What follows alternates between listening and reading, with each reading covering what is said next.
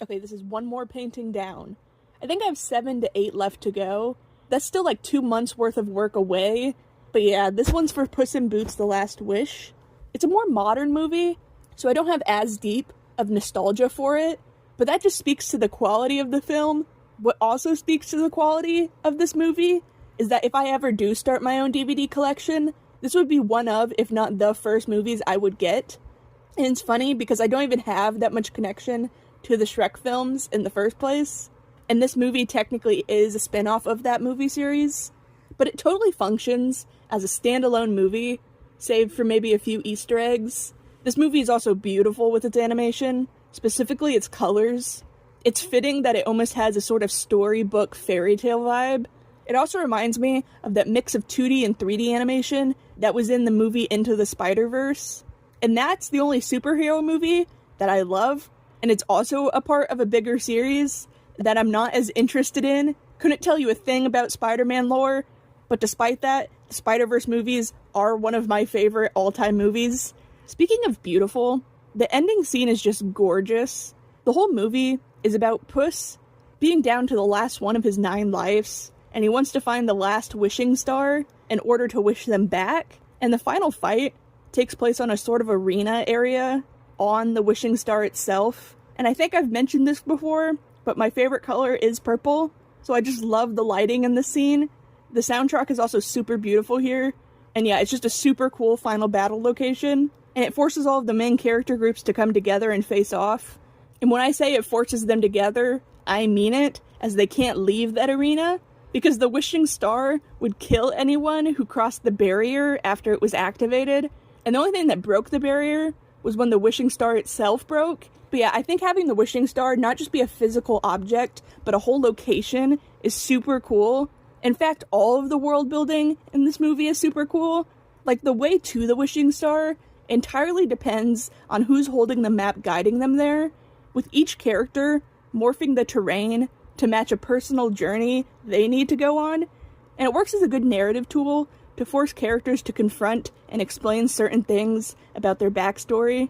But it's also just a really cool location idea, because it makes it so that literally the entire area isn't bound by physics and is magical, and it could be and do anything.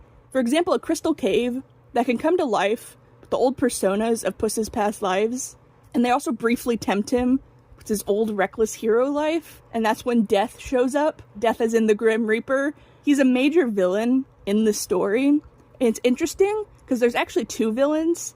There's this one, and then also Jack Horner, who is just a ridiculously evil, awful person, and that's kind of the joke.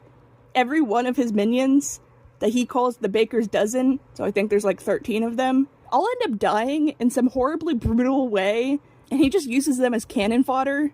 Another cool detail for that creature-wise is the unicorns pulling their carriage don't have horns, because it's implied as babies this guy had chopped them off, since that's when they're at their most sharpest, and he uses the cut-off unicorn horns as ammunition for his crossbow.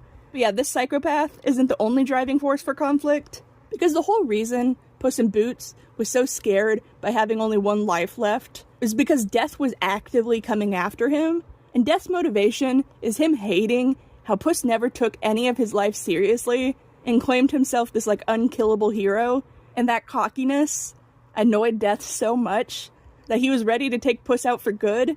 But when Puss eventually squares off with him, he basically says that he's willing to die, but also would never stop fighting for this life he had left. And that just made Death give up, because that was no longer the arrogant jerk he was after in the first place. Then Jack Horner comes back, having eaten the snacks from Alice in Wonderland, the one he hid in his bottomless Mary Poppins bag. He even pulls an entire phoenix in a cage out of there at one point. And that is one thing I know about the Shrek films, is that they love to use classic fairy tale items and characters in their plots. I think even Jack Horner himself is supposed to be one. They say his little rhyme and everything in the movie, but it was never one I heard before, and I don't even really remember it. But that was something he was shown to be very annoyed with, that he wasn't a fable or myth, just an unknown nursery rhyme. I guess that in this universe, fairy tale status defined power. But anyways, he uses the snacks to grow big, and the final fight with him is with this giant version of this guy. But yeah, I love how everything gets tied up nicely at the end, at the Wishing Star. I just also love the overall world building in this movie, especially with the magic creatures and items, as well as the sets and environments. The characters are also pretty good, and funny too. The whole thing is just good. That's kind of the point of what I said in the beginning, about this being the movie I would want on DVD. My current strategy to get a DVD collection going is to browse my local Goodwill and look for anything I know I like. Although they usually don't have many good animated options, which is usually the movies I do gravitate towards. But this is a movie I like so much that I wouldn't want to sit around forever for it to maybe be at a secondhand store. Instead, it's one I would actually buy, which is saying a lot for me, especially since it's newer and therefore kind of expensive. The only major hurdle to a DVD collection is the only DVD player I have is a mobile one from my childhood, from like 2005 or something. We used to use it on car rides or camping, so a small screen and not the best quality.